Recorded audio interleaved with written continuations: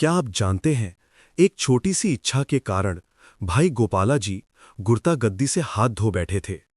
धन धन श्री गुरु हरगोबिंद साहिब जी गुरु नानक के घर की गुरता गद्दी भाई गोपाला जी को देने लगे थे। और यदि ऐसा हो जाता तो आज इतिहास कुछ और होता।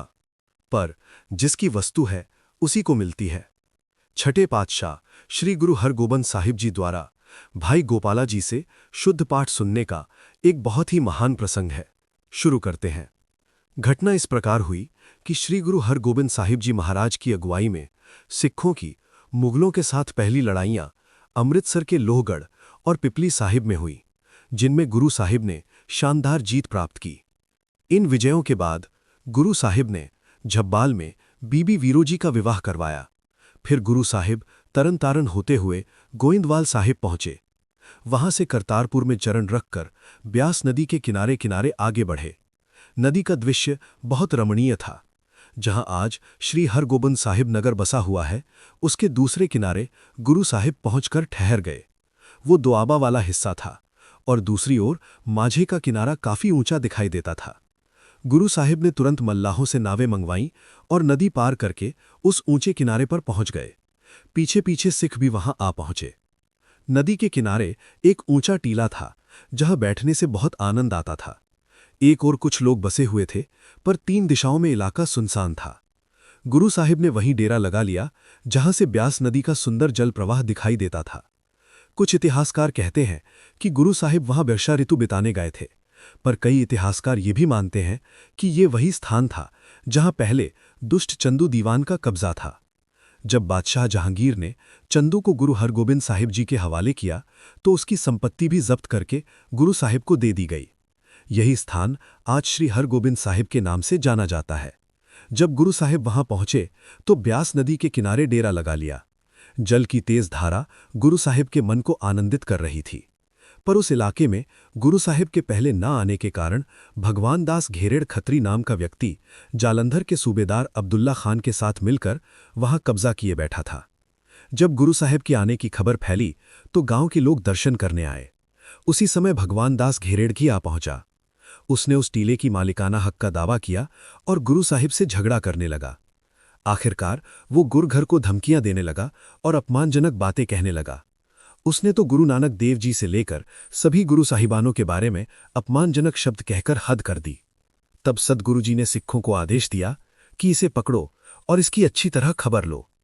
एक बार इसे मारपीट कर छोड़ दिया गया, पर वो फिर भी न सुधरा, फिर से बदतमीजी करने लगा। अंततः उसे यमपुरी भेज दिया गया और उसकी लाश ब्यास नदी में फेंकवा दी गई। जब ये खबर उसके बेटे रतनचंद को मिली तो वो चंदू के बेटे करमचंद को साथ लेकर जालंधर के सूबेदार अब्दुल्ला खान के पास फरियादी हो गया। उसने गुरु साहिब के विरुद्ध सूबेदार को बहुत भड़काया। फिर क्या था, अब्दुल्ला खान 15,000 की फौज लेकर गुरु साहिब पर चढ़ाया। ये मुगल हुकूमत के साथ सिखों की दूसरी बड़ी लड़ाई थी। भयंकर युद्ध छिड़ गया। सिंहों की तलवारें बिजली की तरह चमक रही थीं। धरती पर जयकारों की गूंज हो रही थी। आखिरकार चंदू का बेटा करमचंद और सूबेदार पठान अब्दुल्ला खान अपने दोनों बेटों सहित मारे गए। 15,000 की आई हुई सेना पूरी तरह नष्ट हो गई। मुगल सेना हार गई। युद्ध के बाद गुरु साहिब ने मैदान से लाशों को उठवाया। बड़े सेनापतियों की लाशें एक जगह दफना दी गईं और बाकी को ब्यास नदी में बहा दिया गया। पर इस युद्ध में गुरु साहिब का प्रिय घोड़ा भी शहीद हो गया था। वो घोड़ा विशेष रूप से लाहौर से मंगवाया गया था। अब गुरु साहिब के पास कोई ऐसा शक्तिशाली घोड़ा नहीं रहा था जिस पर इस सवारी कर सके। इन्हीं दिनों में पश्चिम दिशा से एक संगत आई।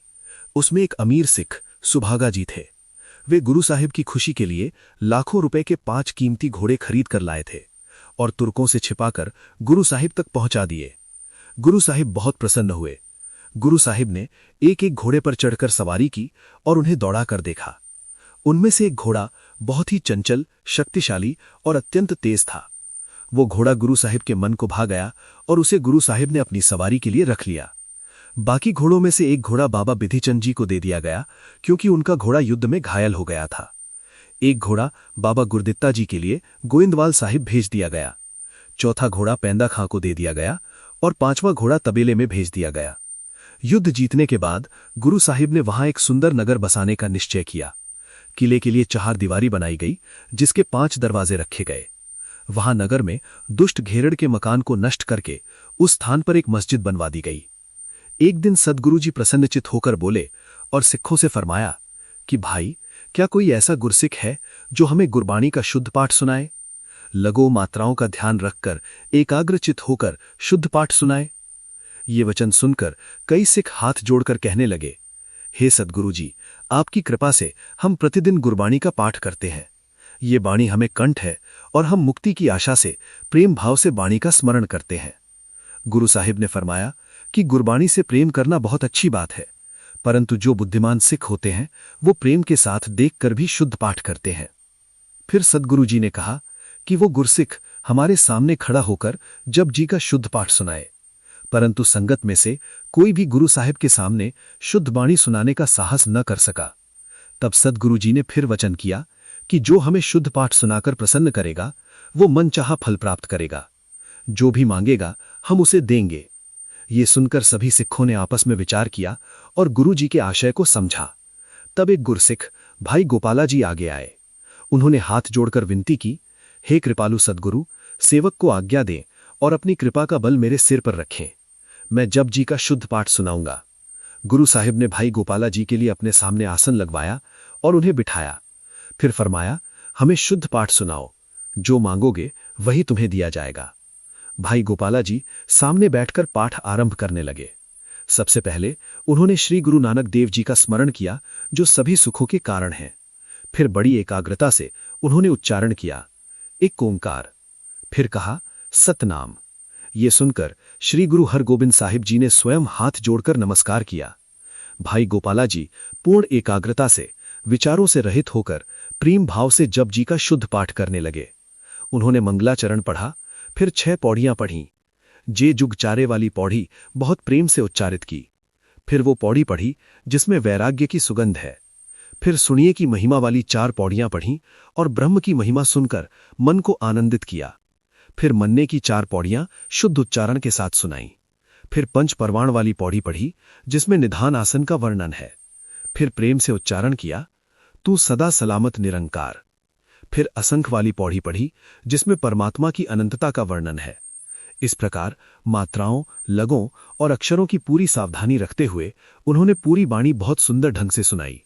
ये सब सुनकर सद्गुरु जी के हृदय में विचार उठा कि जप जी साहिब के समान और कौन सी श्रेष्ठ वस्तु है जो इस सिख को दी जाए।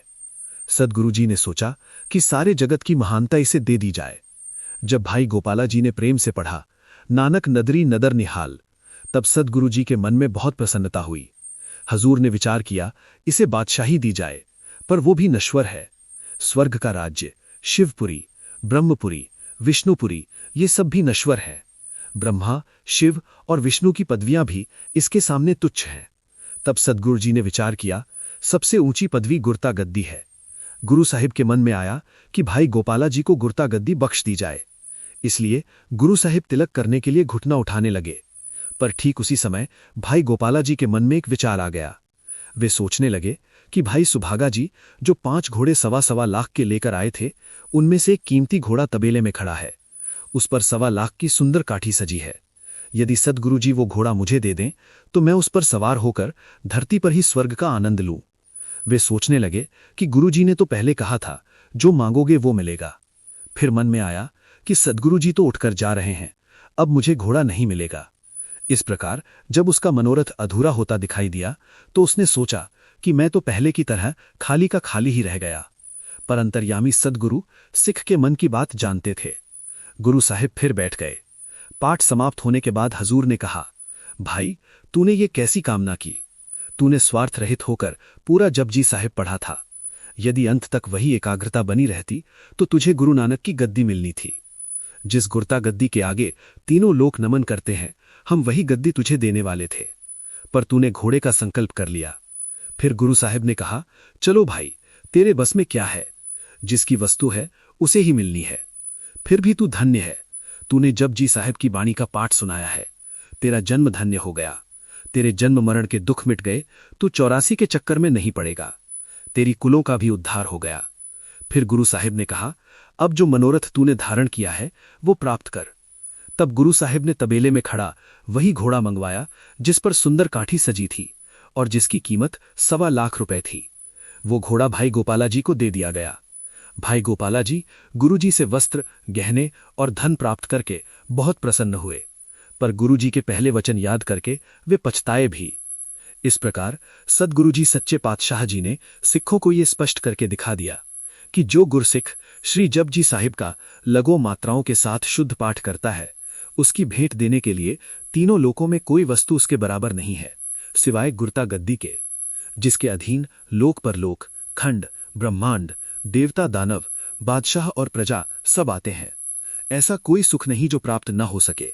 इसलिए हमें चाहिए कि श्री जपजी साहिब का पाठ अक्षरों और लघु मात्राओं की सावधानी रखते हुए शुद्ध उच्चारण के साथ करें, ताकि सद्गुरु जी की प्रसन्नता प्राप्त हो सके।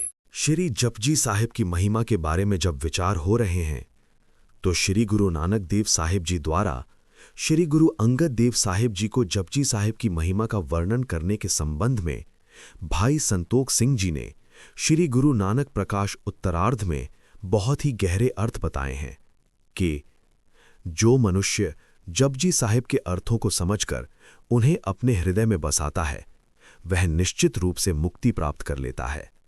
जो मनुष्य प्रेम से जपजी साहिब का पाठ करता है, वह गुरु और परमात्मा के निकट हो जाता है।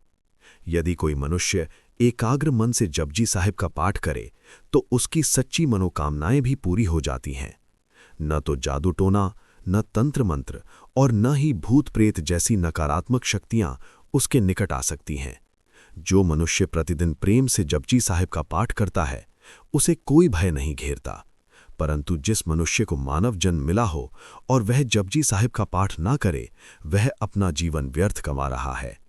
जपजी साहिब गुरु का सबसे उत्तम मंत्र है, जो इस लोक और परलोक दोनों में सुख प्रदान करता है। यदि कोई अपने आप को सिख कहे पर जपजी साहिब का पाठ ना करे, तो वह केवल नाम और वेश ही धारण करता है, वास्तविक सिख नहीं है। जपजी साहिब की सेवा अर्थात पाठ से बढ़कर कोई अन्य आध्यात्मिक मार्ग नहीं है।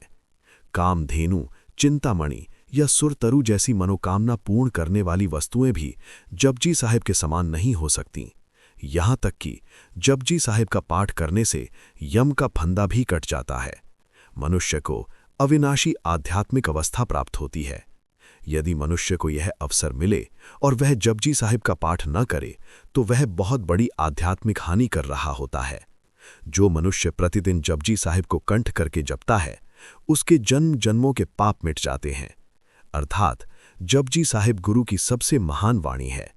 इसे समझकर और प्रेम से पढ़ने से मनुष्य को आध्यात्मिक मुक्ति प्राप्त होती है, मन को शांति मिलती है, सुख प्राप्त होता है, भय और बुराइयां दूर हो जाती हैं और मनुष्य का जीवन सफल हो जाता है। इसी प्रकार तीसरे पातशाह श्री गुरु अमरदास जी महाराज ने सिक्खी का पहला तीर्थ श्री बावली साहिब श्री गोइंदवाल साहिब में बनवाया। उसमें 84 सीढ़ियां बनाई गईं। इन 84 सीढ़ियों को जपजी साहिब की 84 पौड़ियों की महत्ता से जोड़कर देखा जाता है। पांचवें पातशाह श्री गुरु अर्जन देव साहिब जी जब ज्योति जोत समाने लगे, तब आपने श्री जपजी साहिब का पाठ किया और 5 सिखों से 5-5 पाठ करवाए। इसी प्रकार 9वें पातशाह श्री गुरु तेग बहादुर जी महाराज जब तिलक जंजू की रक्षा अर्थात हिंदू धर्म की मर्यादा को बचाने के लिए कलू मही साका करने लगे, तो उन्होंने पहले कुएं से स्नान किया और गुरुद्वारा सीसगंज साहिब वाली जगह श्री जपजी साहिब का पाठ किया। उन्होंने जल्लाद से पहले ही कह दिया था कि जब हम पाठ का भोग डालकर अपना सिर झुकाएंगे और फिर ऊपर उठाएंगे, तब तुम अपनी तलवार चलाना। इस प्रकार गुरु साहिब ने श्री जपजी साहिब का पाठ किया।